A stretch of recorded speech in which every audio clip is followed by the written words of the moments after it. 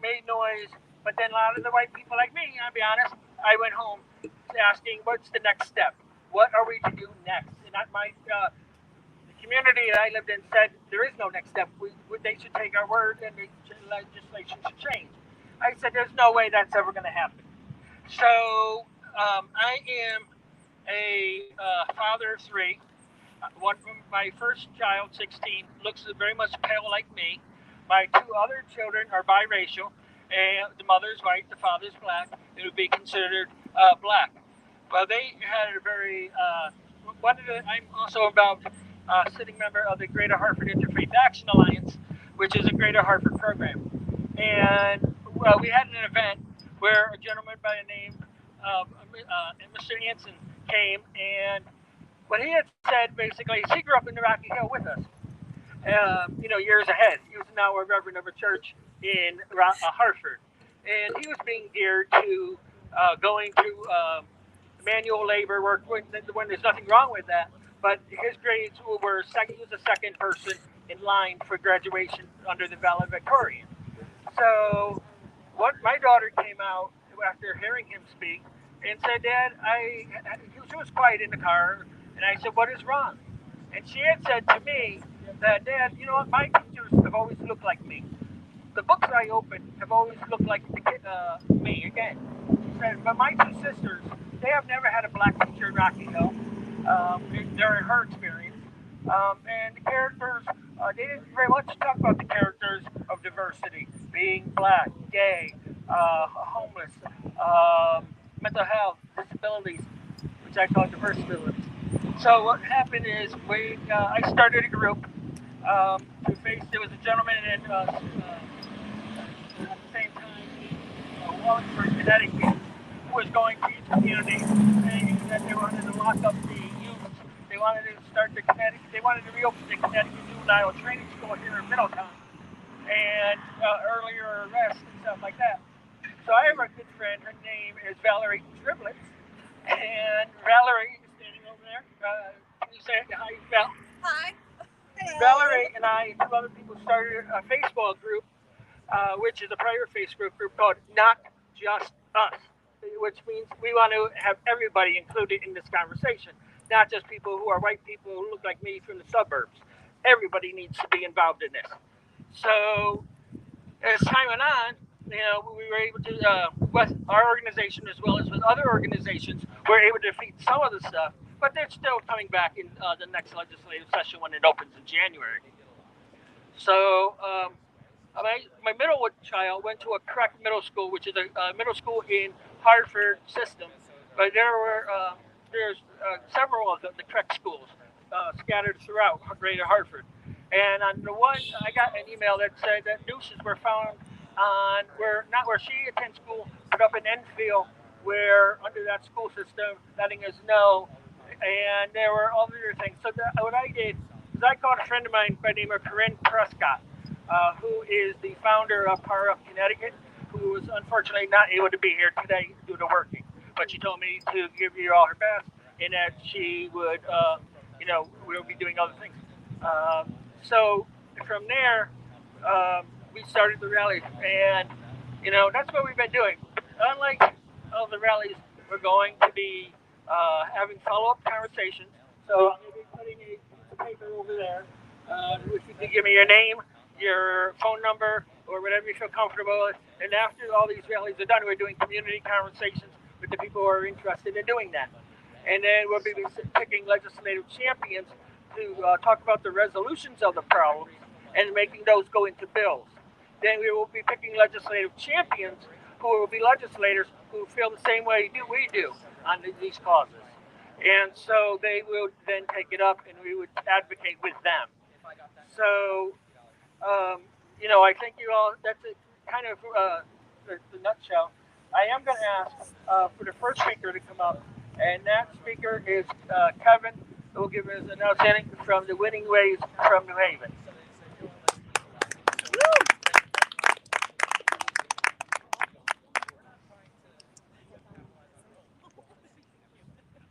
One, two. All right. How we doing? Yeah. How we feeling? Yeah.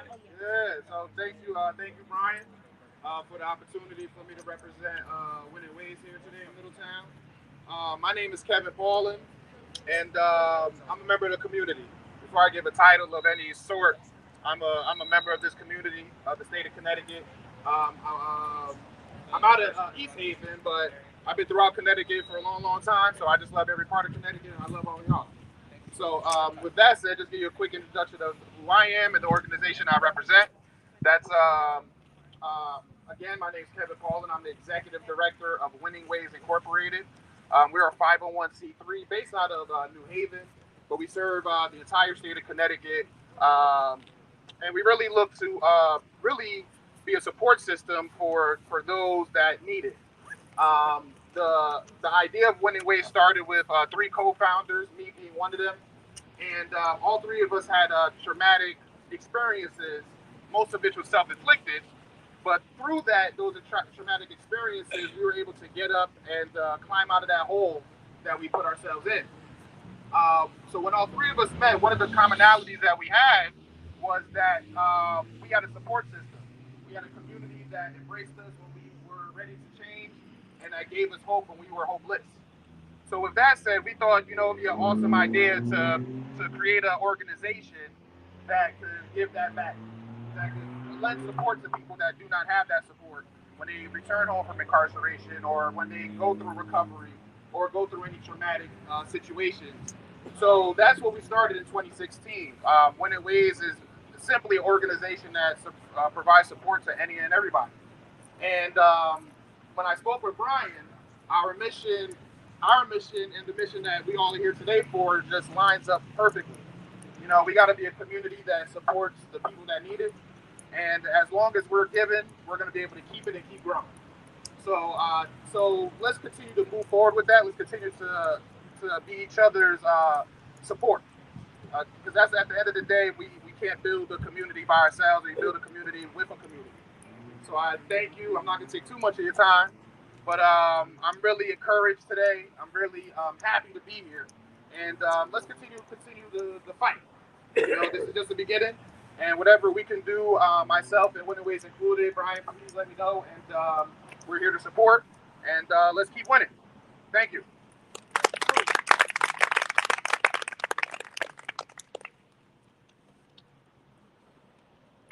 I think that in any movement, you have to always have the people who are directly impacted by the decisions that are being made.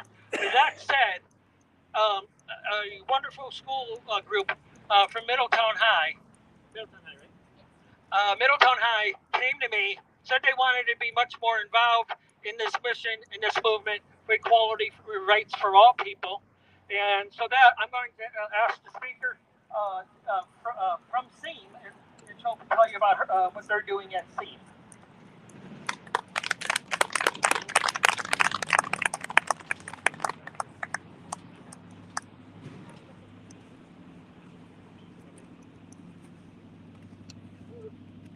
Sorry. I have my own paper, so that's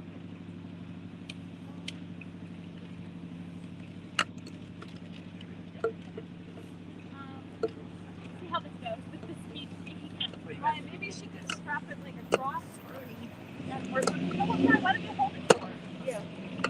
No, it's alright. Hold the megaphone. Yeah, you need more hands. Yeah. God only give us 2 hands. I need your arm. You might want to take it out of your arm. Yeah. And actually, just take it down.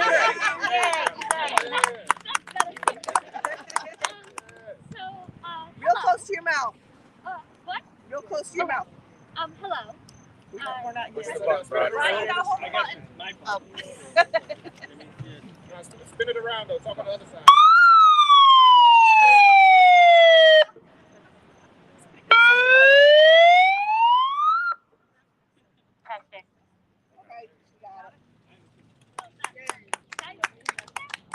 Oh, don't press any buttons. Did you press buttons? I think I might have pressed buttons. Hello? Yeah, right. Yes. Just hold it for her, and it's automatically on. Okay. Hello. Hello. I'm Aria Dancing Honey, and I'm a co-president of Student Education and Activism in Middletown. and we are a youth activist group aimed at educating students on issues that directly impact their lives and creating ways for them to have a voice. This is the first time we've been asked to speak at an event, and we are very grateful to Brian, and not just us, for presenting us with this opportunity. In the past few years, many Connecticut schools, including Middletown Public Schools, have taken strides to become a welcome environment for youth of all backgrounds. At the high school, there is finally a diverse offering of classes and diverse histories. We have an active gender and sexuality alliance in the Minority Student Coalition. But there is still progress to be made. In our school today, youths of diversity feel discontented with performative cultural awareness and a lack of repercussions for microaggressions. There have been many conversations circling around microaggressions and performative cultural awareness at the high school lately. While it was well intended to celebrate Hispanic Heritage Month, things such as using morning announcements to improperly pronounce words in a different language can be seen as performative and disingenuous. This is not only because there is an assumption that all Hispanics speak Spanish, but because there was a clear misunderstanding of the language. All this situation did was make the gap bigger and show diverse youth how they are not really being seen or heard. A more effective showing of cultural awareness would be if the school gave space for a program or talk that was led by those whose life experiences reflected the ideas trying to be taught.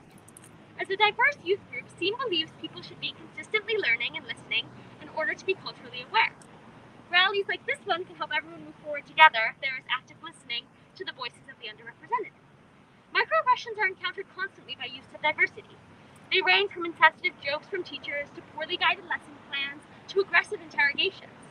Many members of SEAM have experienced microaggressions at MHS, however, they don't feel comfortable sharing them. And that in and of itself is a problem. Many students who have experienced these situations are scared to come forward or don't know how to speak or who to speak to regarding these issues. While Middletown High School does have resources available to students when they encounter casual racism, like the aforementioned clubs and the Diversity, Equity, and Inclusion group, these things aren't as publicized as they should be. When students experience casual racism, they rarely see any constructive repercussions for their experience. This needs to change. Middletown Public Schools and many other schools across the state have taken steps towards solving this problem. But those baby steps must become leaps and bounds before Middletown and Connecticut as a whole is indeed a haven for youth of diversity. For everyone here at this rally, we have one request. Listen, before you go into the world and make policies, before organizing cultural awareness events, before you decide on procedures, listen to the youth. We have a lot to say, we want to say it, and we are in need of a safe place to speak and be heard. So please listen. I'd like to end by once again thanking not just us and Brian for bringing us here today. I hope we can all move forward collaboratively by listening and acting together.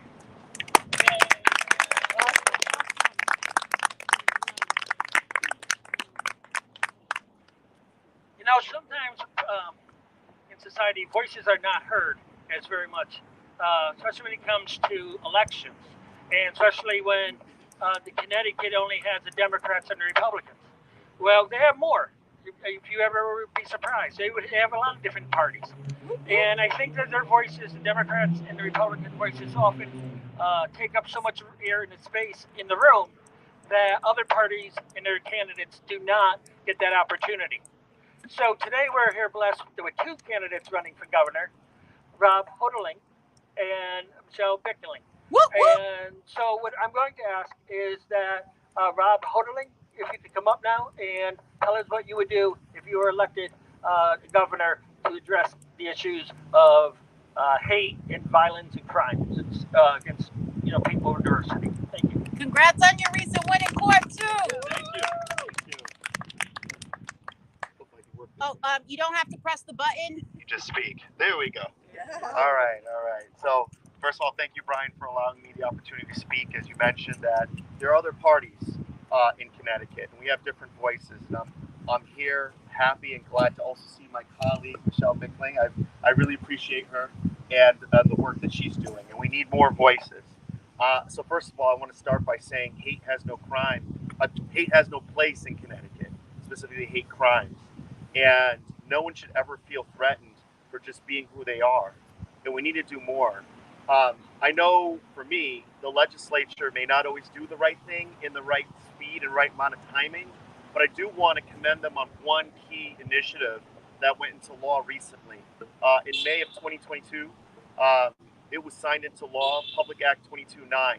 What that is, and I don't know if everyone here is aware of what this law is, it establishes a permanent investigative unit for hate crimes across the state with the state police, working in conjunction with the local police.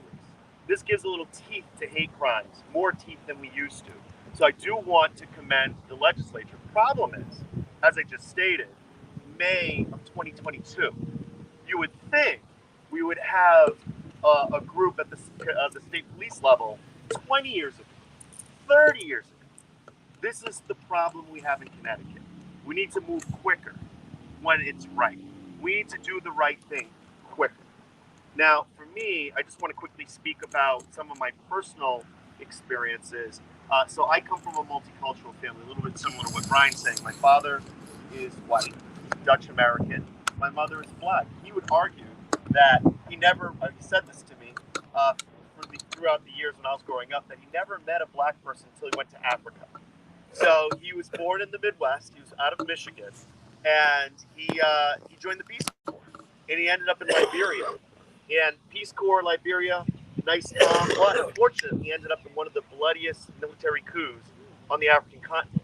But in the time and space that he was there, he met my mother, and he fell in love with my mother, and brought that back to America.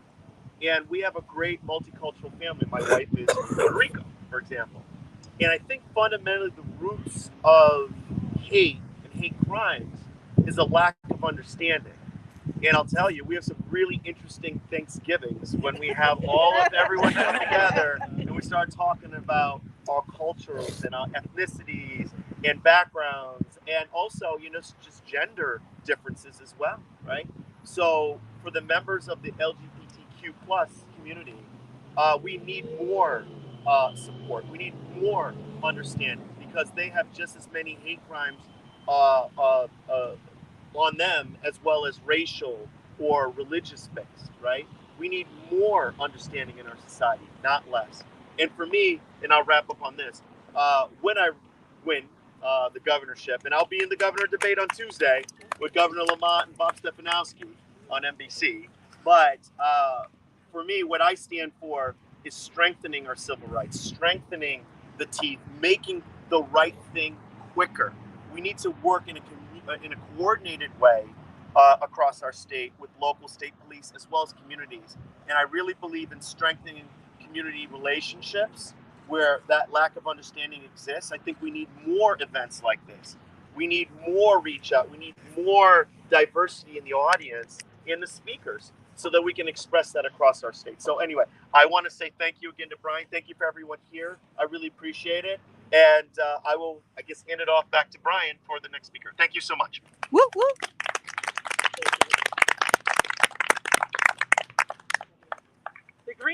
The Green Party has been a very big supporter in civil rights. They've been with us right from the very beginning in Hartford. I don't know if he's here, Peter Gulsling. He's a great guy. He's been really helping us throughout the events that we're holding. And when I called him, he said he had the right person for us. And I was happy to hear that was the next candidate for governor, Michelle Bickley. Whoop, whoop. MLB.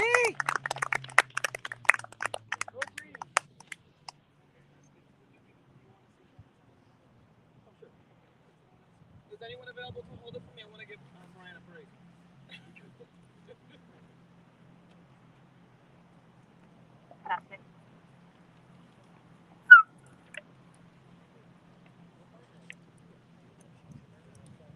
Jamie, check my camera real quick just to make sure it's facing her. Or someone. Thank you. I'm sorry about that.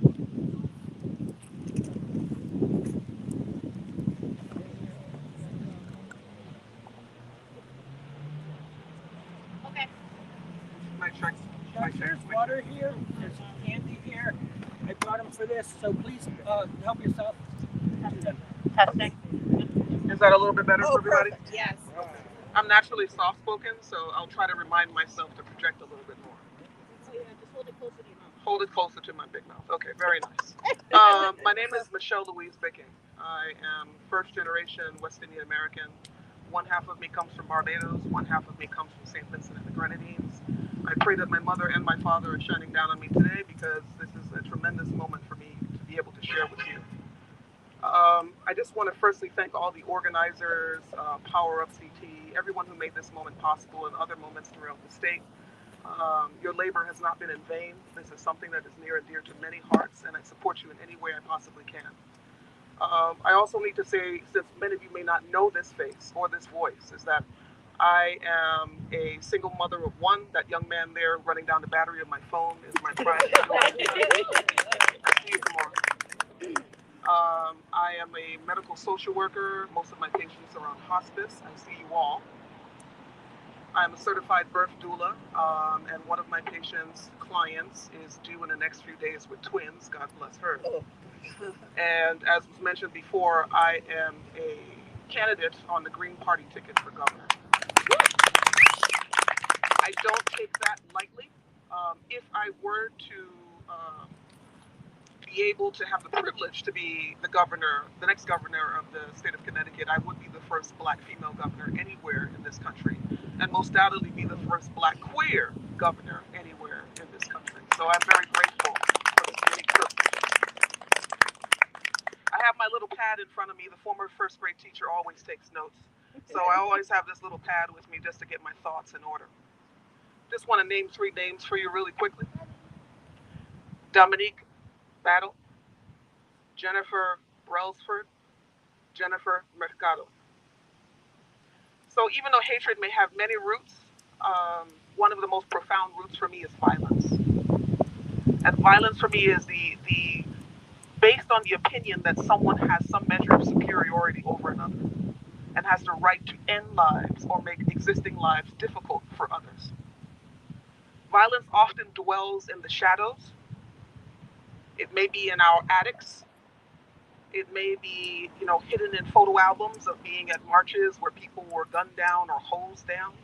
Sometimes violence is right there in the open, with the microaggressions in your workplace, where people touching your hair or making you feel less than.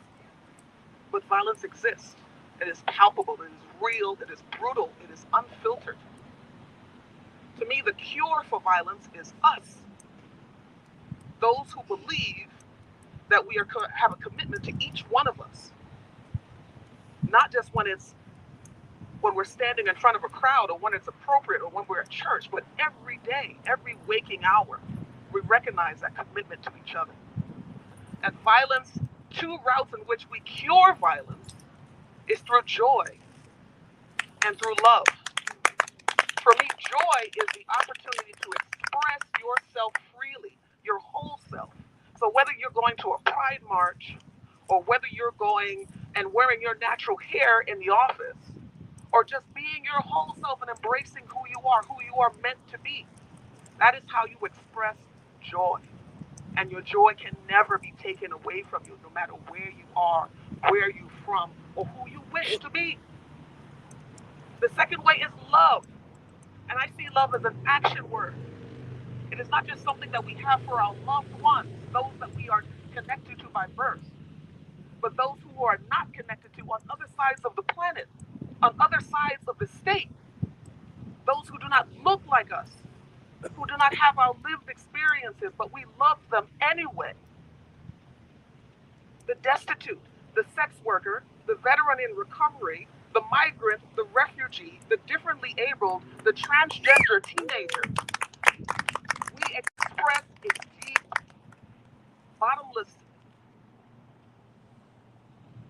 desire to care for those who need to be cared for and who are often forgotten when these policies are written, right?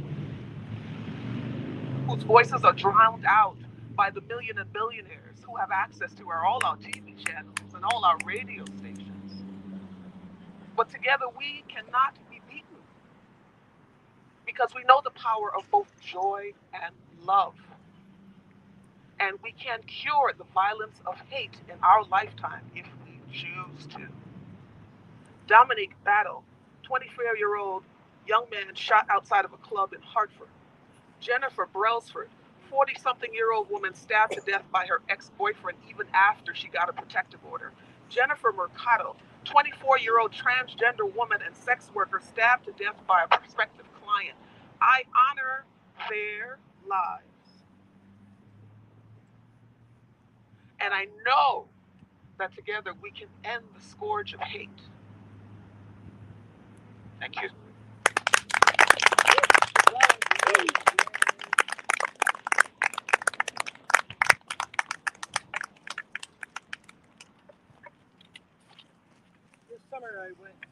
This summer I went to Suffield. They were having a gay parade, not parade. I think they had a parade, but I was late for that. But all the services, are outdoor outing, and I met a woman who was a very great woman. She is also an author of a book, and I don't think she's here. Her name is Kimora. Yeah. Woo woo.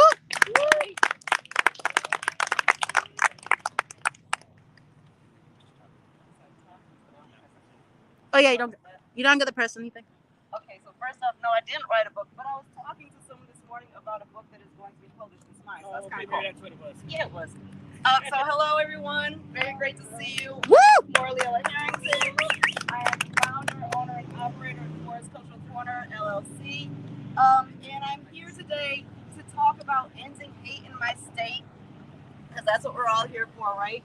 And I'm here to put that Kimora spin on it, because that's what I'm called for. And when I got here today, so actually on the way here, does anyone remember a movie called PCU that happened over at Wesleyan? Okay, yeah, if you haven't seen it, grab it. What is your name? Middletown student, what's your name? Aria? Aria, go find this movie, and you, me, and Evilise are going to have an evening together. The three of us are going to watch it, and it's going to be awesome.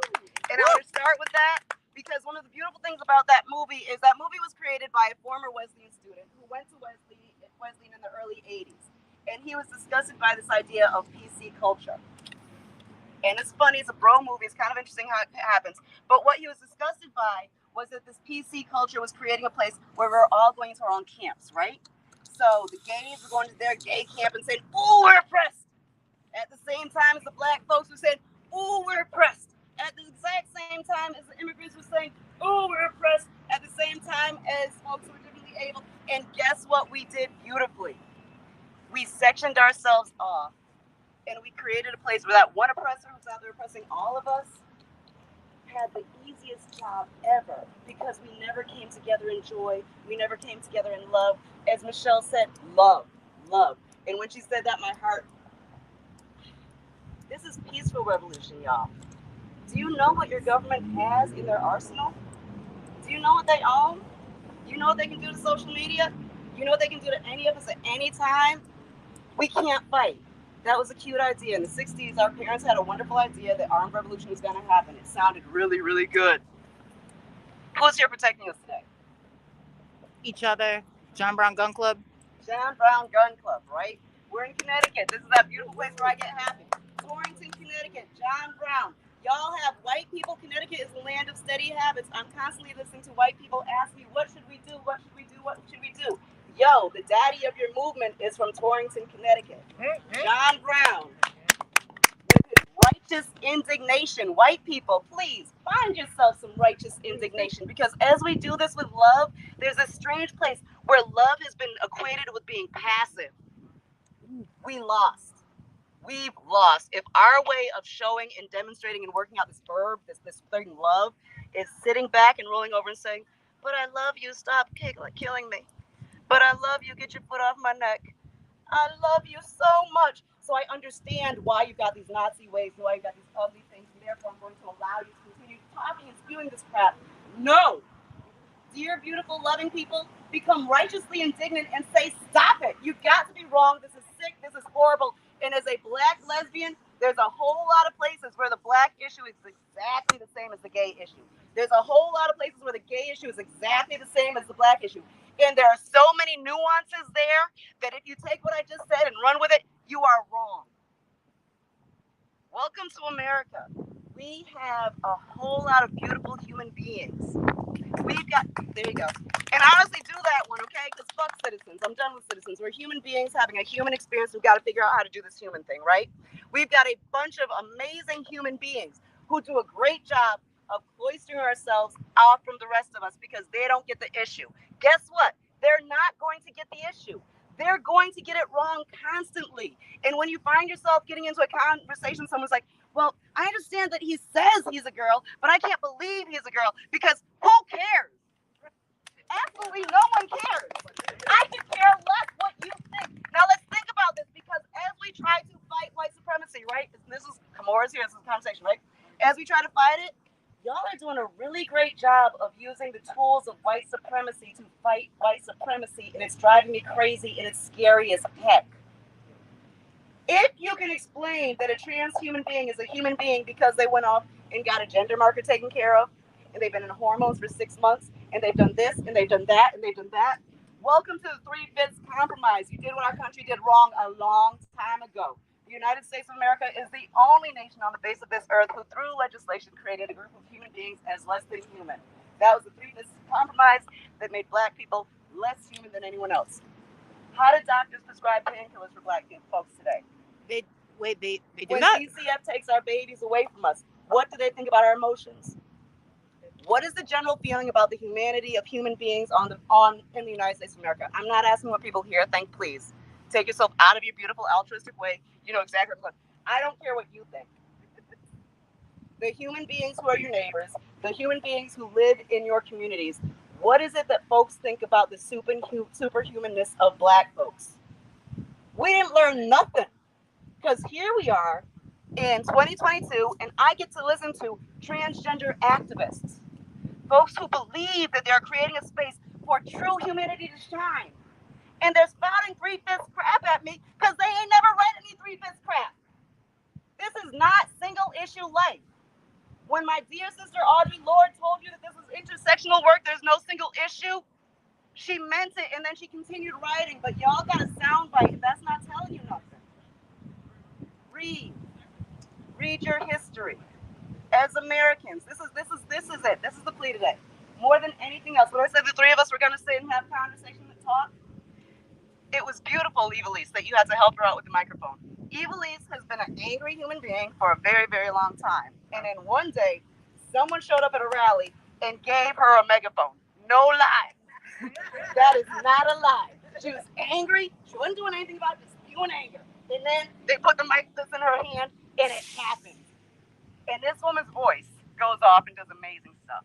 And this human being here does great things for human beings in this community, to the point where last night, can we talk about it? Yeah, go ahead. Okay, last night my girl got arrested. Talk to her about it. She'll tell you how it happened. And the plea went out and the money came. The plea went out. So let's talk about community work. And let's talk about this is real community work. National Coming Out Day is October 11th, right? That's coming up. And we're celebrating October 9th. Oh, yeah, we're celebrating. I'm supposed to talk about that. My birthday is October 9th. But National Coming Out Day is October 11th. We love to talk about our gayness, right? I'm coming out, I'm a lesbian. Ooh, let's support lesbians. I'm coming out, I'm bi. Ooh, what else is there to come out about? This is an activist who got arrested last night. How many of us have been arrested and are not out about our arrests? How many of us voted for Trump and not out for it? Believe me, I know there's that. I know it happens. How many of us still like Milli Vanilli and are not out about it? I think it's safe now. Are you allowed to like him again? Yeah, I forgot which artist it is, but there's an artist that made it okay to like Milli Vanilli. Awesome. Okay, and this is one for us. Jacquees. Jacquees, we love Jacquees. But us as activists, that whole piece that I gave you about trans folks, what happens? What is it that we do? When we step into conversation, we're supposed to know everything. Because if I've got an idea, if I've got an opinion, if I've got something that I need you to understand, I need you to understand that 74% of trans people, whatever, 64, 36, and now I've used my tools of white supremacy to prove a thing to you. Guess what? I have no clue what it really takes to make a man a man. But I know if someone tells me a man, they're a man, and it's my job to give them respect and love. I don't have the slightest idea what it feels like to be a woman with a penis. I don't need to. Let me come out as an ignorant person. And guess what? Activists, as you want to talk about what your work is, as you want to talk about how you change those minds for real, you want, like, there was a president sometime, I guess, someone said something like the only thing we have to fear is fear itself. Activists, y'all is ignorant about some stuff. We are all ignorant. Every last one of us has stuff that we don't know about. And when we step into conversation or debate or argument or whatever the heck it is that you want it to be with the other side, And the way that we do it is by making it clear that we know more about the issue than they do. You lost. Where's your soul? Where's your love? Where's your humanity? Well, Kamar, can you please tell me how many of these transgender people have really lost their rights? I don't know. I have the slightest clue. And how dare you think that we need to know how many people lost their rights in order to make sure that everyone has their rights? How dare you? So all of you who, before you step into conversations with Trump folks or MAGA or whatever you want to call it, all of you who take some time to go learn some statistics and remember a statistic and learn a name and a date so you can regurgitate a name and a date, you're winning at white supremacy. You won. You are solidifying white supremacy. That's great. This is soul work. This isn't cognitive work. There's not a degree to get in humanity. You're not going to get a degree in it, right? We all talk about the white supremacy and higher education, all of this. Yeah. When you use the tools of white supremacy, when you use the tools of higher education, when you use the tools of professionalism, what have y'all been reading for the last 3 years? I know what you've been reading because you've been telling me about it. You are practicing white supremacy while trying to end white supremacy. Do better, be ignorant, revel in it, and love and hold. So thank you all so very, very much. Woo! Have a great day. Thank you for having me here. Revel in your ignorance, in your righteous indignation, and love. Peace out.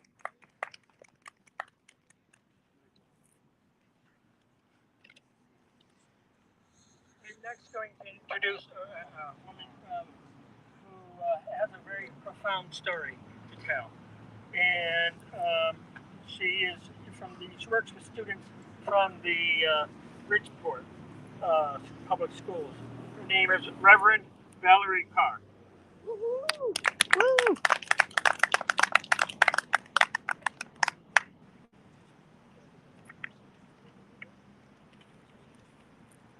I'll turn it off for you when you're done.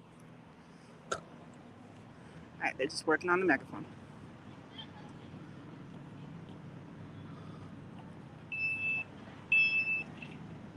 Good afternoon, everyone. It's definitely a pleasure to be here. You can't hear Oh, me? hold it closer to your mouth. Trust me. I don't want it too close.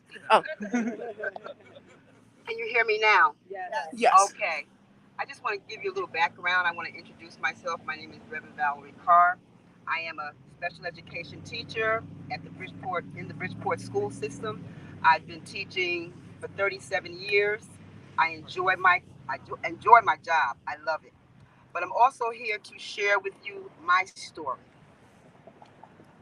I'm just not going to speak about me only. I'm going to add a little bit as I go because I'm just not representing me, but I'm representing all parents who have lost their child to gun violence.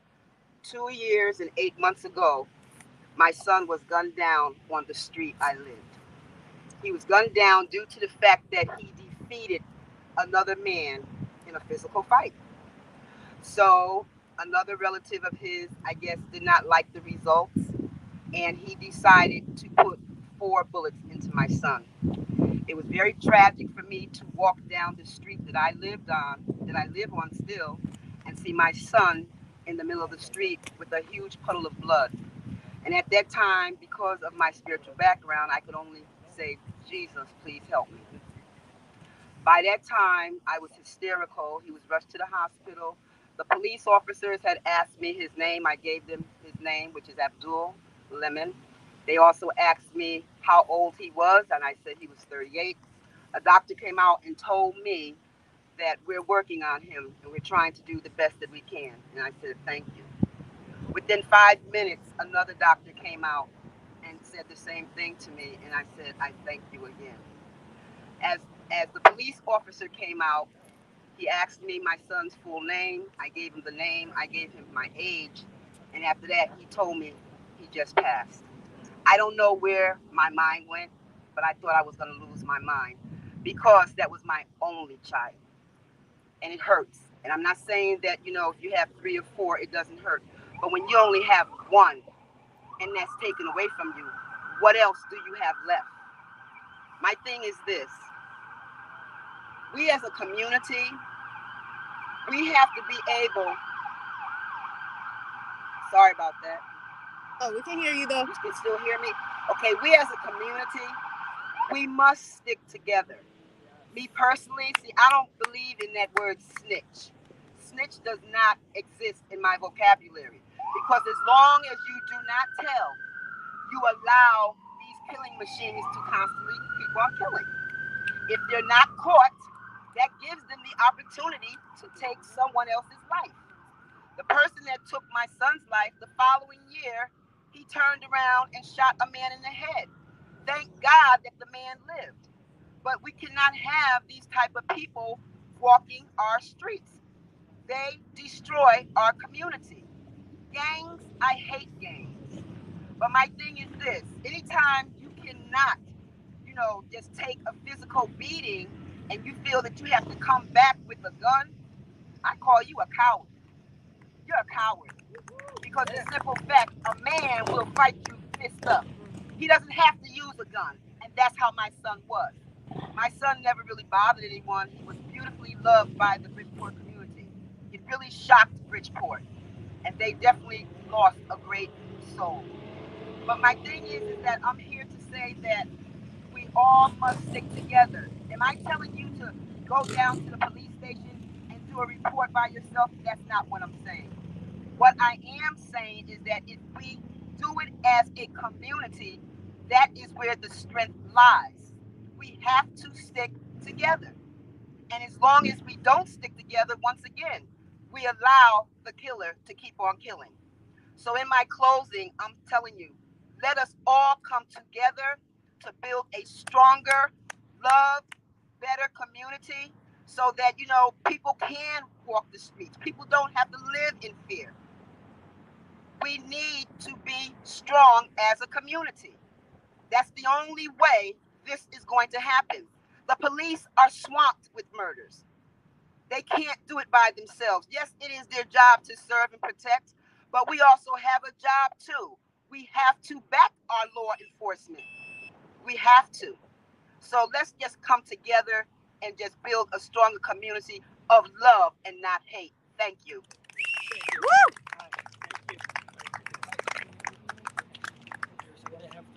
Oh yeah, I got you. Did you want to use my After a story like that, it's over. We have a Reverend Let me go get my Reverend, stand. who is the Unitarian Universalist senior pastor from Woodbury and Meriden. And I asked him, he already was committed for next week to come, but I asked him if he could come today and share some words, especially after a story like that. Reverend? Hello, good to see everybody. I'm Tony Lorenzen. I'm the minister at the Unitarian Universalist Church in Meriden. And last week I was at a rally on the Meriden Green because somebody thought it was a good idea to pass out information promoting white nationalist groups in Meriden. There's a lot of hate coming up in the world. It's in Sweden, it's in Italy. We know it's been here. It's all over the place. But there's also something else rising. It's love. It's the only thing that can defeat it, and you're part of that. And we're your friends at the Unitarian Church in Meriden, and we're part of that. And if you need us, please call on us. Unfortunately, we can't promote political parties or candidates, but all the causes you're working on, we're ready to help you in any way we can. And we just want to thank you for all your good work and know that you have friends and partners here in us. Thank you very much.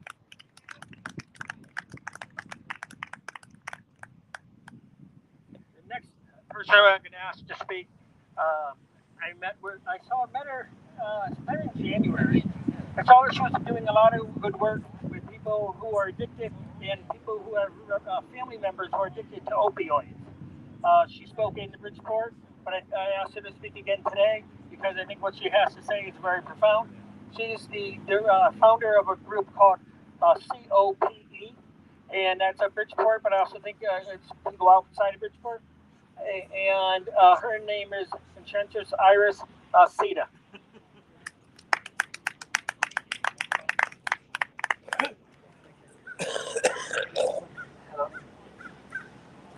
Hello, how is everyone? I didn't hear you. Come on now, how is everyone? Okay. Who is the parent here? Okay. I'm going to ask you a question as a parent. Which is your greatest fear as a parent? Your child dying, right? That is exactly what happened to me. On November 24th of last year, right the day before Thanksgiving, I received a call from the Bridgeport Police Department to inform me that my daughter had passed to what appeared to have been an overdose. My daughter got hit by a car driven by a jealous woman, the girlfriend of a new boyfriend, somebody she was newly dating. This woman took it upon herself to hit my daughter with a car. My daughter became addicted to Percocets, medical prescriptions. The day before she went out, I told her, Anna, please don't go anywhere. I have a bad feeling. We as parents have the ability to feel when things are going to happen. How many of you have had an experience like this when you have felt something to come? Okay, so you guys understand where I'm coming from. She didn't.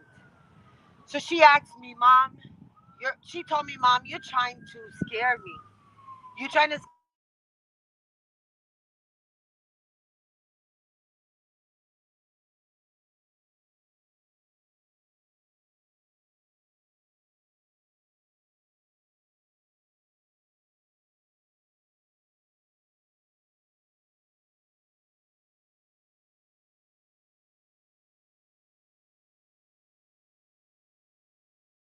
love you, to comfort me and get me ready for the news that were coming the next day. And you may ask yourself, well, what does that have to do with hate? But I'll tell you one thing. That is the moment that I learned hate, the true meaning of hate, the true meaning of stigma. Today, today is the 10th month of my daughter's death. And I could barely bring myself to this rally today because I am in pain. But you know why I brought myself here? Because none of you deserve to live in the same pain that I'm living. The same pain that she's living. The same pain that you're living, because you just shared with me that your son, was it your son? Your daughter died of an overdose.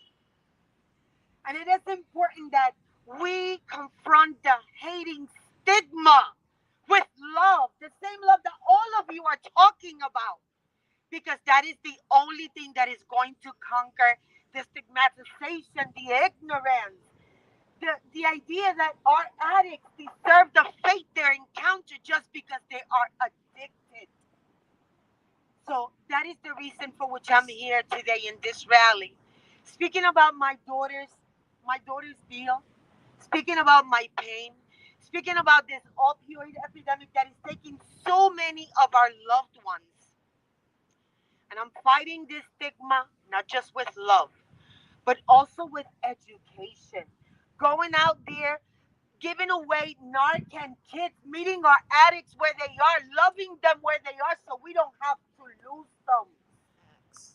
So guys, thank you so much, because we are all here with different purposes in different walks, yet we are all working on the same purpose, fighting the hate, fighting the stigma, fighting everything that happens as a result of all this negativity. And we're doing it with love. Thank you for having me here. Thank you for allowing me to share my daughter's story. And I pray to God that none of you have to learn to live with the pain that all of us are living with. Thank you so much.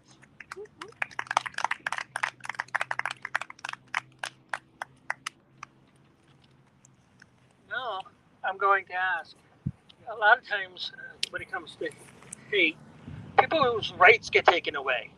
The right as a human being, the right as so many different things. That's why abortion got taken away. The rights of women to decide themselves what they want. The right for other groups to their rights are going.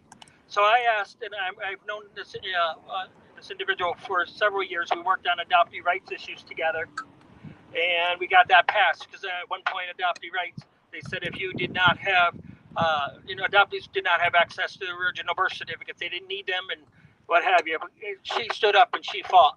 She is also an advocate for everybody's rights. Her name is Kathy Flaherty, and she is They're from the Connecticut Legal Rights Project. Thank you, Kathy, for coming. So I literally just speak. Can you hear me okay? I want to start because Kimura was telling us about how important it is to read. So I want to start with a quote from James Baldwin. We can disagree and still love each other unless your disagreement is rooted in my oppression and denial of my humanity and right to exist. And I think that is a lesson that we all have to take to heart. My name is Kathy Flaherty. Like Brian said, I am the executive director of Connecticut Legal Rights Project. We represent people with psychiatric disabilities to protect and assert their rights to treatment, recovery, and having the opportunity to build lives in the community. I'm going to take the point to say it is okay to use the word disability. It is okay to say the word disabled. We don't have to come up with euphemisms like diverse abilities or different abilities. I urge you, as a person who lives myself with a disability, please just say the word. It's an okay word. And we are part of every community. People with disabilities, we're everywhere. It is among the protected classes legally, but it just goes to show how the law is rarely a perfect solution. And if you don't change hearts and you don't change minds, you can have these rights existing on paper, but they're not real or they're impossible to enforce. So I encourage people to think about the concept of what we in the community call disability justice, because rights are not enough. We really have to work towards justice, which means including everybody in that effort. I don't know if that beep is a timer on me, but okay. But I really just want to make sure that when you think about the different groups that you are working with, that you make rallies accessible. This is a space that anybody could physically get to, except some people can't be in space with other people because people who are incredibly high risk can't participate in community life. And as a reminder, when we reopened the state of Connecticut, the plan for people who were high risk was always for us to stay safe by staying home. And there are people who literally really have not left their house except maybe for medical appointments. And they're not even going to be able to do that safely anymore because yesterday at 4:15 in the afternoon, the CDC said they were ending the mask mandate for healthcare settings. It's basically like, do what you want to do. And so whether our healthcare facilities in Connecticut will continue to keep that mandate going so that those places, more than any other place, can be safe for people to be, especially people with disabilities who may need access to medical care. It's important. And all of these struggles are interrelated. The pandemic has exacerbated so many existing problems. And my hope was that it was going to teach us some lessons collectively, that we'd create a new normal that was better. But too many people have rushed back to a normal that wasn't working for so many people. And I think if we really do act from the place of love and respect for each other and each other's humanity, we will work towards better solutions for all of us. Thank you. And one thing I'm just going to add a little bit to Kathy's story, because we also don't know who has disabilities, correct? I mean, one thing that just happened, I apologize, see it went off. I'm a diabetic, and so my alarm just went off, but that's okay. People have to be aware that people are walking around with pain, agony, different issues, but you might look like just anybody else and not know it, you know? So I think we have to be respectful. We have to acknowledge, be inclusive, because you don't know what another person's shoes are like until you fill them. And I thank you so much, Kathy, for all the work you do. And the next person, because all these things have to be community. We have to start in the community to have real change. And so with that, working in the community, you do it either within your church or within your town or with what have you. And so the next person I'm going up is from Berlin, and he is the founder of Beat Connecticut. And I will ask him to come up now and introduce himself. And also a friend of mine, former United Way President Kevin Wilhelm, is joining me today. Whoop, whoop. Thank you.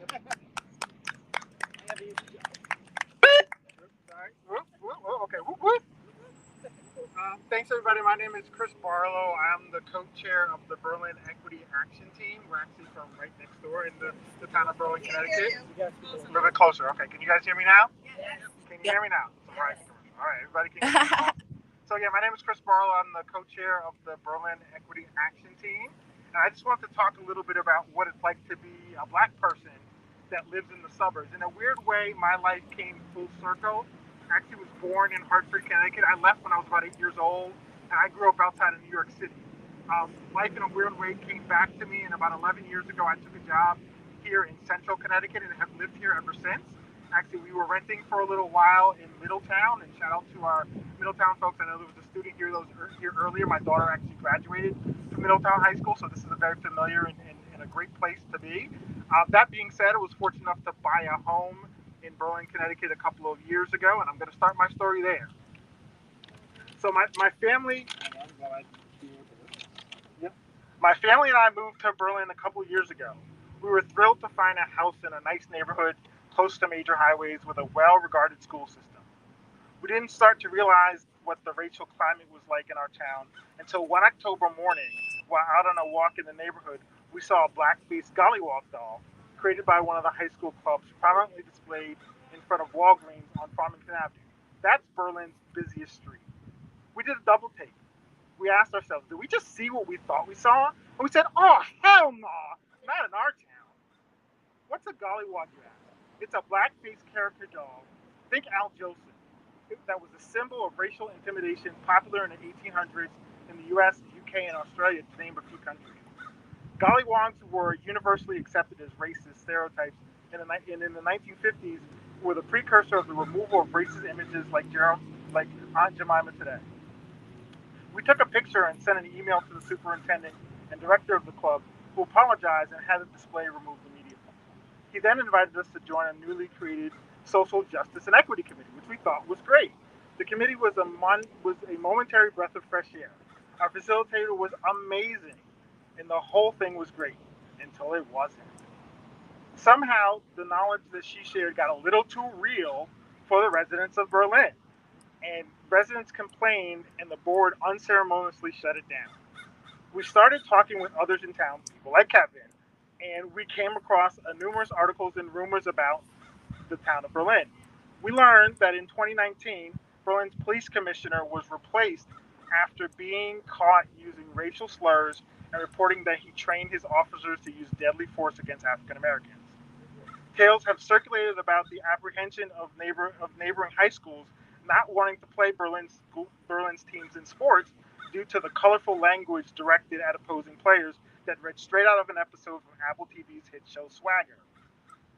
This winter's second grade concert featured a Negro slave song called The Closet Key, which is about slave children and a songwriter that they call darkies who feared punishment from their master. On July 4th this year, neo-Nazis dumped hundreds of flyers on Berlin's streets promoting hate and looking to recruit residents to join their cause. We weren't the only town that was hit, and this rally is in response to the hate-filled rhetoric like that.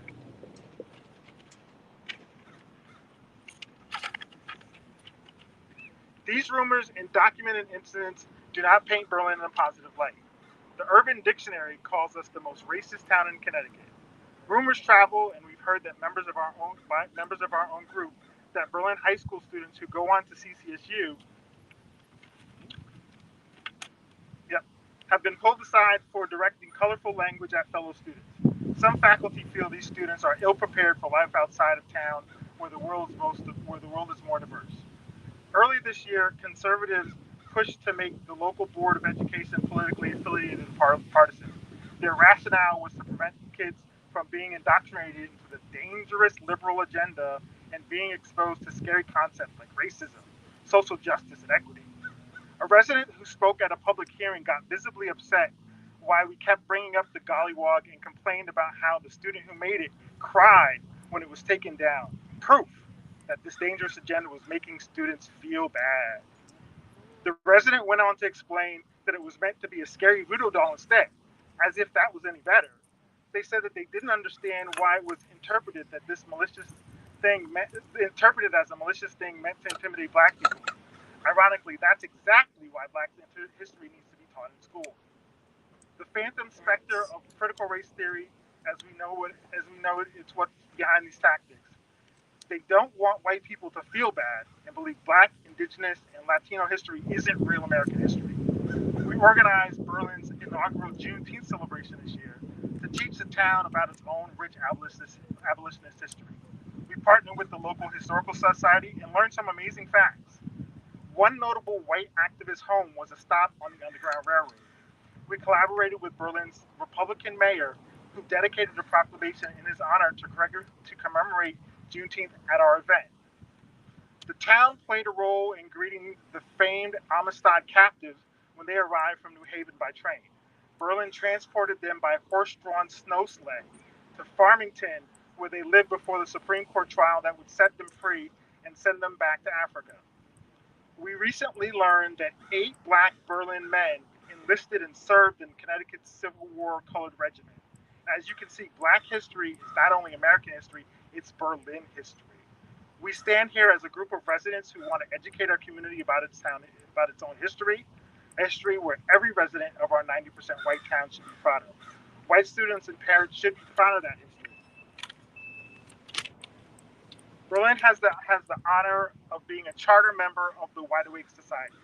Visitors to Berlin Historical Society Museum can see Berlin's original Wide Awake's lantern, which was used to illuminate nighttime rallies, not unlike this one today, to advocate for Abraham Lincoln's election in 1860. Historians say the Wide Awakes were instrumental in securing Lincoln's victory in the abolition of slavery. The Wide Awake lantern is the museum's prized possession. So believe it or not, Berlin was woke before woke was even a thing. We're here today with you to follow the transition of the African proverb. It says, if you want to go quickly, go alone. If you want to go far, go together. Our friends are walking this journey together with us, and we're already making an impact, and our grassroots movement is growing. We're the Berlin Equity Action Team, and we're Wide Awake OGs. Thank you for your time today.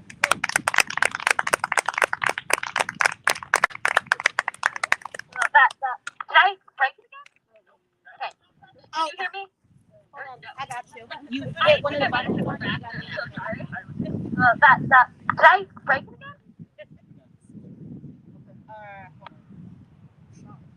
Testing.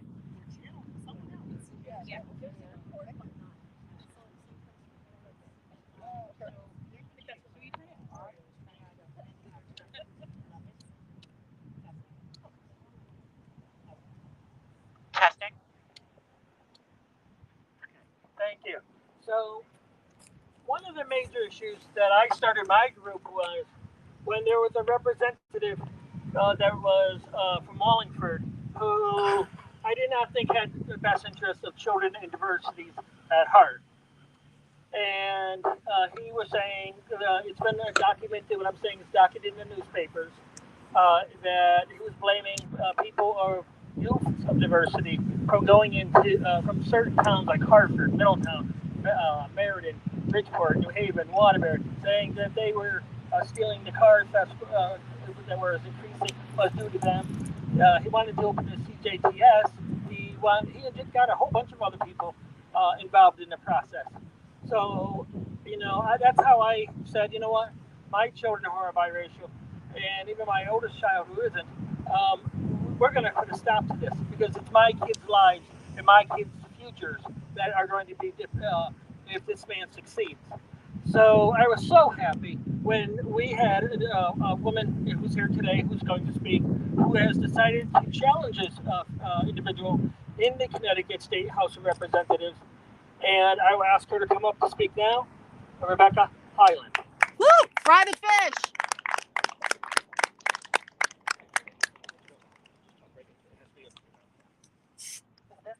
There we go. Okay. Hi, everybody. My name's Rebecca Highland, and I am running for state representative for a portion of Wallingford and Middlefield.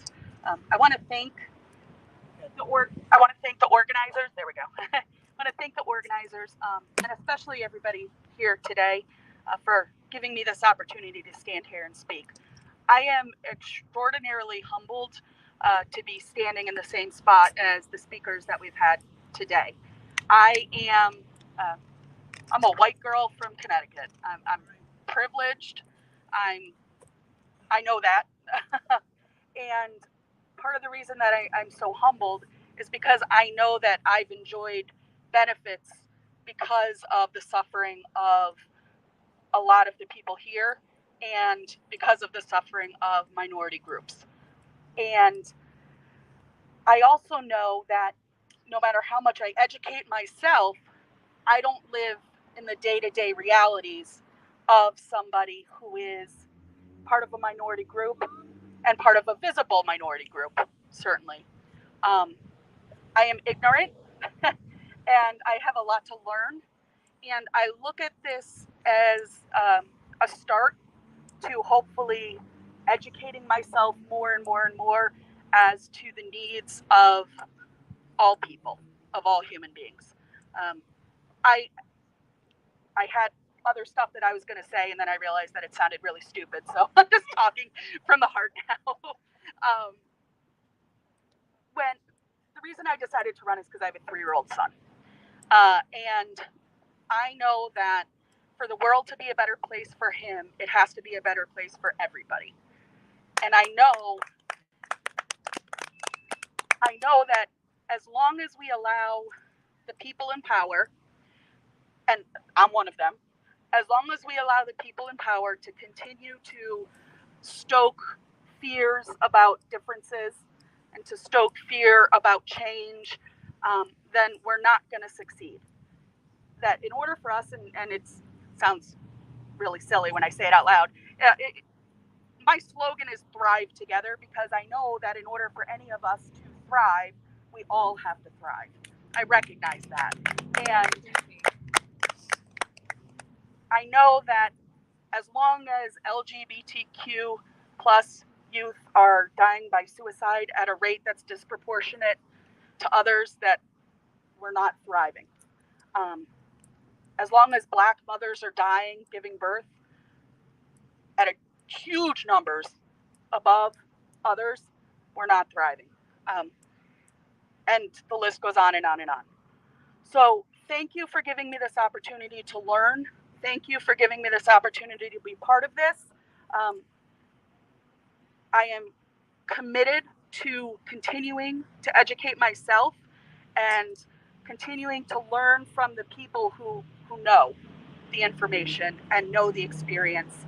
And I really, really hope that we can get rid of Fishbein, because he is just fry the fish. He needs to go. And yeah, we'll just end it with that. So all of you should vote on November 8th, even though I know many of you can't vote for me, but you should vote. And quite frankly, you should vote regardless of how you're going to vote. We need to increase civic engagement. We need to get people to the polls. And please don't hesitate to reach out to me if you want to educate me more. I really welcome the opportunity. Thank you very much.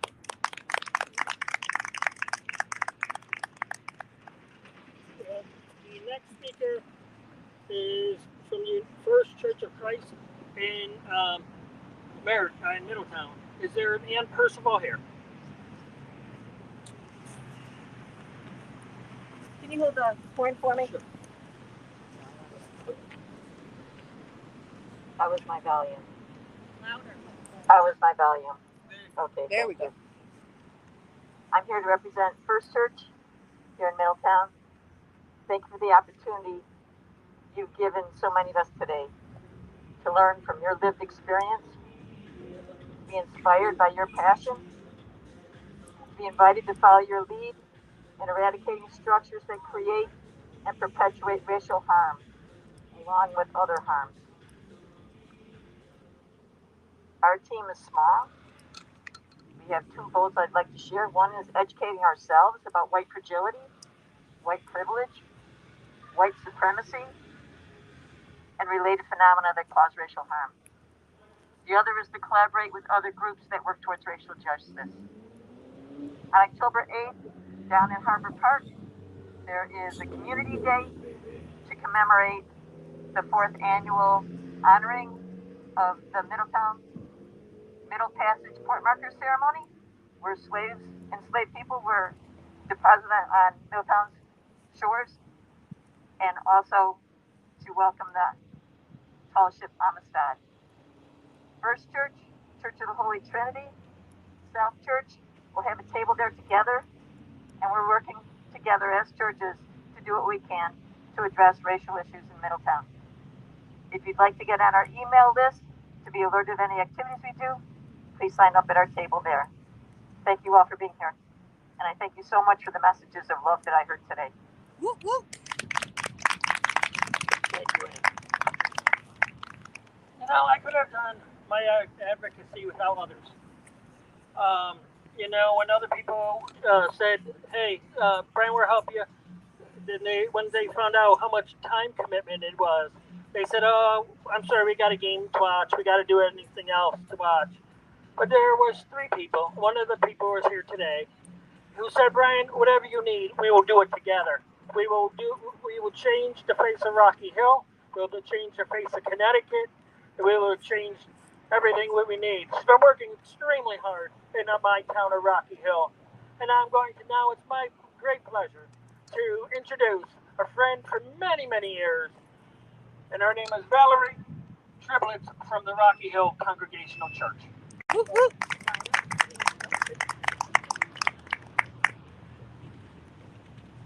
Hi, everybody. Brian's going to help me out. Can you hear me? Okay.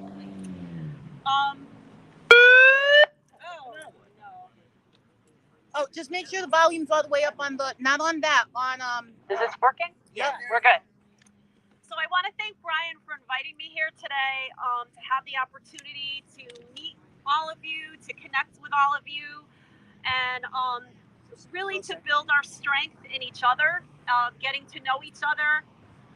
I'd also like to thank my co-chair, Gail, who's right here with me. We are the chair and co-chair of the Rocky Hill Congregational Church Racial Justice Committee.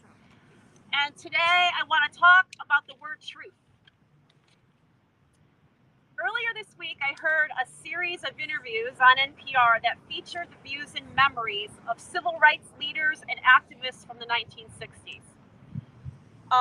Nearly every person that was interviewed, both black and white, stated in some way that they have a feeling of dread. That although the civil rights era was perhaps more violent than what we have experienced recently, they felt the disunion and polarization we have now is more dangerous, mainly because we have lost a common understanding of truth. In 2020, when America witnessed the murder of George Floyd at the hands of a police officer, members of the Rocky Hill Congregational Church experienced a collective realization that simply being helpful and generous was not enough, that if we were to truly walk our faith, we needed to acknowledge and embrace the truth. Or as one member of our group put it, realize we didn't know what we didn't know. We committed to examining our complicity in perpetuating racism, acknowledging our white privilege, equipping ourselves with knowledge, and trying to learn how to be allies and co-conspirators with justice seekers. Our small group has trained with justice leaders in Hartford, developed opportunities for education for members of our congregation, We've spoken at meetings held by state representatives working to incarcerate more children. We've created a justice-centered free library of books for the Rocky Hill community, and we have acted to support legislation that addresses the real needs of students, such as mental health support and an end to the school-to-prison pipeline. We're currently working with the State Commission on Women, Children, Seniors, Equity, and Opportunity to present information on the importance of racial and ethnic impact statements to Rocky Hill residents and the municipal leaders. If you don't know what those are statements that are made when a new piece of legislation is presented. It has to be studied to see how that legislation might impact people of color or a disadvantaged group. We financially support organizations that are working to address systemic racism, such as the Blue Hills Civic Association, Hands on Hartford, and Desegregate Connecticut. Most important, though, we will continue to be active in support of anti-racist legislation this coming session. Today, I'm here to say that our church will continue to fight hate by sharing the truth with both our congregation and our suburban community. We recognize the danger of this grinding daily rivalry between truth and lies as a means to manipulate suburban residents and a threat to people of color. We will continue to speak the truth to the decades-old racist propaganda, dog whistles, and moral panic which continue today. We reject and speak up against phrases like soft on crime, dangerous urban youth, lowered property values, and replacement theory, which are being used to convince suburban residents to maintain and build upon systems that harm people of color. We're committed to dismantling racist systems. The interviews with the civil rights leaders that I heard concluded with words from Valda Harris Montgomery, who is the daughter of Vera Harris and Dr. Richard Harris, who opened their home to the Freedom Riders when martial law was declared in Montgomery in 1961. Valda runs the tours of the Harris house. She says, groups that have come, people with a purpose, they want to be educated, and the majority of the groups are white groups or mixed groups. People are hungry for the actual story. Let us find hope in those words. Speak truth. Thank you. Woo! Is there anybody here from the Portland Youth Commission or Social Service Commission? Okay. Is anyone not gone that they would like to share? Ivelisse, would you like to say something? I guess since I'm on the spot, sure. I'm sorry. Let me think of a quick thing. Sorry about that.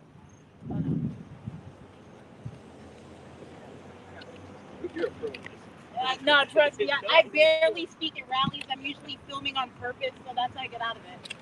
Thank you for filming. Yeah. So usually I get out of public speaking by filming. So Show us all how to use that the right way. yeah, I guess here I am leading by example. You know, showed you guys how to use a megaphone. Here I go. You know, everyone keeps talking about love, love, love, and that's, I'll be honest with you, you're all right. So I'm typecast as like this really angry person at rallies because I don't feel we should have to be here. I feel that this isn't work that we want to pass on to our children, and it looks like we're going to have to, but we're going to leave them, you know, a blueprint and, you know, something a little bit easier. And it's unfortunate that we have to pass this work now. But what's important as well is to pass on this love and joy. So when we're marching, when we hear about these things, when we see these ugly ass things that happen on TV, when we see these ugly things shared in social media, I always look for, you know, I take this from Mr. Rogers. I heard this quote like 10 years ago and I've been following it ever since. I look for the people who are helping.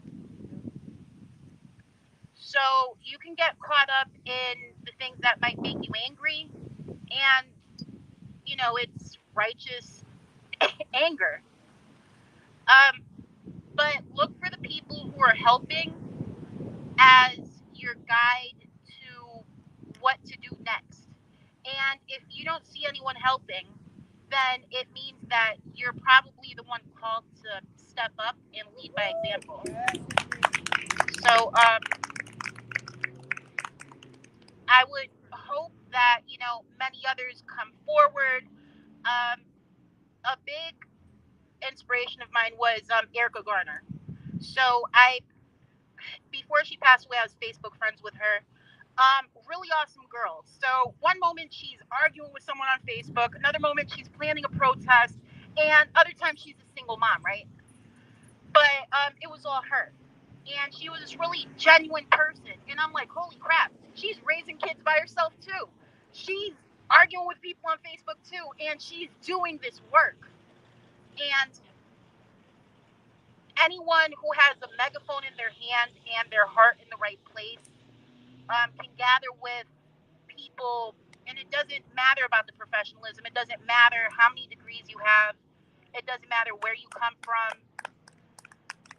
It's the act of stepping up and knowing that someone else might be inspired by you to go ahead and step up as well. So thank you very much for this opportunity to speak, and I'll hand it off to the next person if there's another speaker.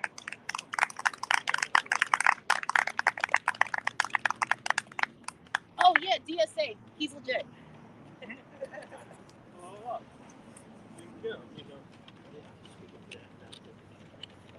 Just speak into it. No holding down the button. Nah. I turned it on all the way so that way people wouldn't have to hold the button the whole time. All right. Can everybody hear me? Excellent. Hi, my name is Andrew Wilcox, and I'm with Middletown DSA. And what we have been working on is something, a very small slice of this larger pie. We are focusing down on the social justice elements in housing. Because right now we are going through an absolute housing crisis, especially for renters. I just finished, before I came here, knocking on doors on an apartment complex here in Middletown. And the stories that we heard were heartbreaking. People getting hundreds of dollars increase in rent while maintenance goes out the window. People's doors are still half kicked in and just put together with staples. And this is something which is very much at the heart of social justice. You cannot be secure in your person if you cannot find a secure place to sleep and to live. Woo!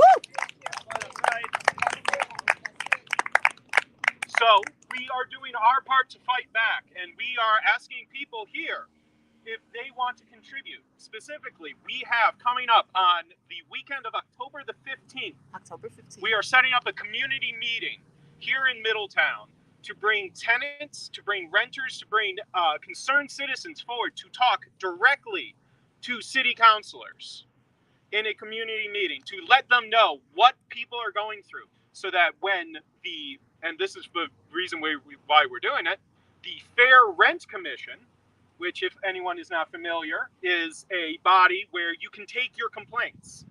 Like, they increased my rent, I can't pay it. They haven't fixed this, I can't continue on like this.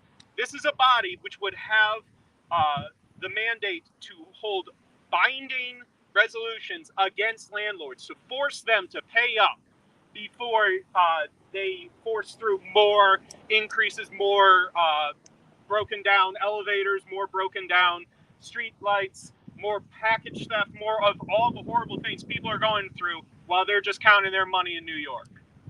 Facts. So, weekend of October the 15th, we are bringing people together. We want people to tell their stories so that we can get a strong Fair Rent Commission passed here.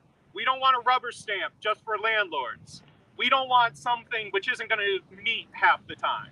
We want something that is going to be useful for tenants, for people who want to come together and form tenant unions, for all the people who have no one else to turn to when their landlord starts gouging them.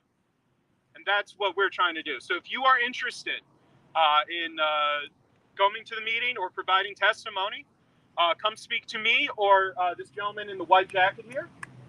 And thank you so much for letting me speak to you guys.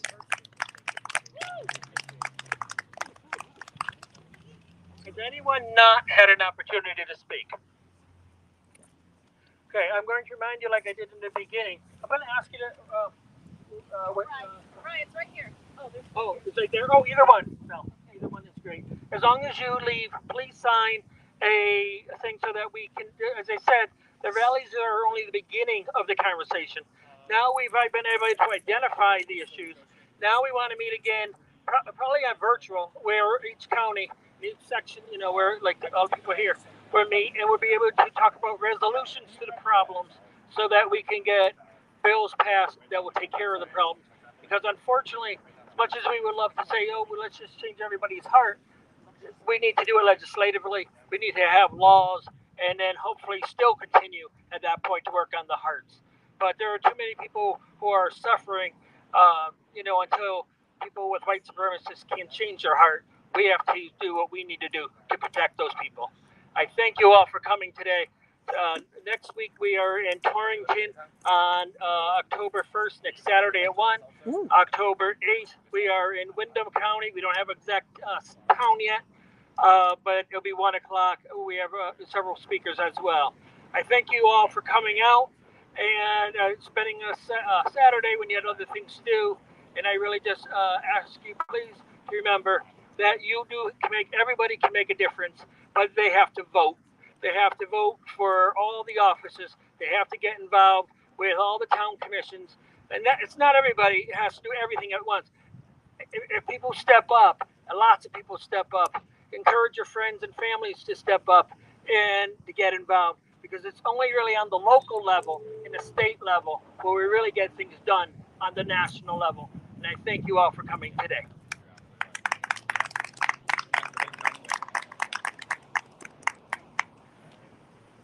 Can you guys still hear me? Forgive me for bogarting the mic once again, but I just wanted to take a minute for all of you. So where you're standing or you're seated, I want you to either close your eyes or rest on something in front of you. I want you to focus on all that matters to you in this very moment. I want you to realize that whatever you're going through, whatever you're feeling, whatever you have lost, whatever you have experienced, you will receive the bounty of your reward in your lifetime. Know that you are loved beyond measure by those who have known you face to face, that know of you, and those that have never seen you before. I just want you to take a moment for yourselves right now and know how tremendous this experience is. To be fully aware and fully blessed in so many different ways. Now open your eyes. I want you to take a good look at this face, because you will see this face again. Woo! Woo, woo! Again, my name is Michelle Louise Bicking. I'm immensely grateful for this opportunity to share this moment with you. I also wanted to do what I should have done when I spoke earlier, was to share why I am running for governor. Now, Mr. Hodling, Mr. Stefanowski, Mr. Lamont have the privilege of debating each other. I do not have that privilege, because I'm a member of a party that is still not recognized, even though we're the 4th largest in this state and the 4th largest in the country, the Green Party. So what I can do is speak to hearts and minds whenever I have the opportunity, so they know exactly what they're dealing with when they see this face. So yes, we spoke of love and joy and sharing these experiences together and letting folk know how important it is, how our fates are intertwined. But let me tell you also exactly how we can combat violence in our lifetime. And I won't take any more of your time, because I know our time with us is done today. I believe that a housing first model should be employed. Like the gentleman before me, if a person does not have a roof over their head, they are least likely to survive. They're least likely to thrive.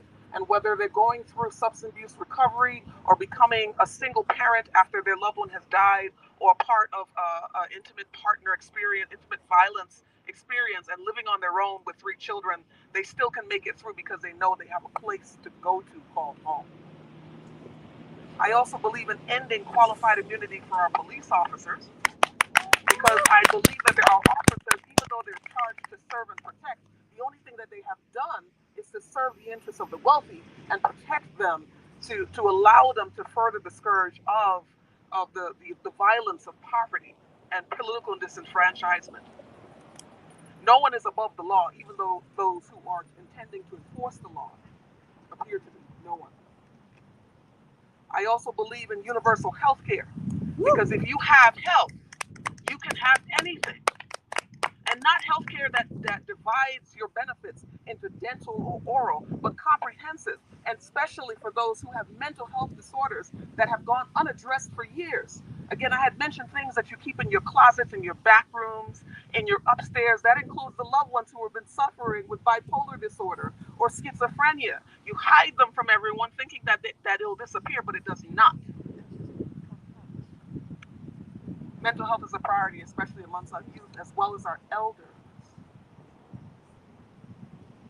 So those are 3 things that I wanted to add, and I have many things that I've added to my list of 100 days of priorities, which you will not see from any other candidate, by the way. I have a list of 100, the priorities that I will complete in my 100 days that addresses the needs of those who are the most disenfranchised in this state. And I share in the bounty of our existence together, that our faiths are twined. So please go out and love yourself and love others. Thank you. Woo!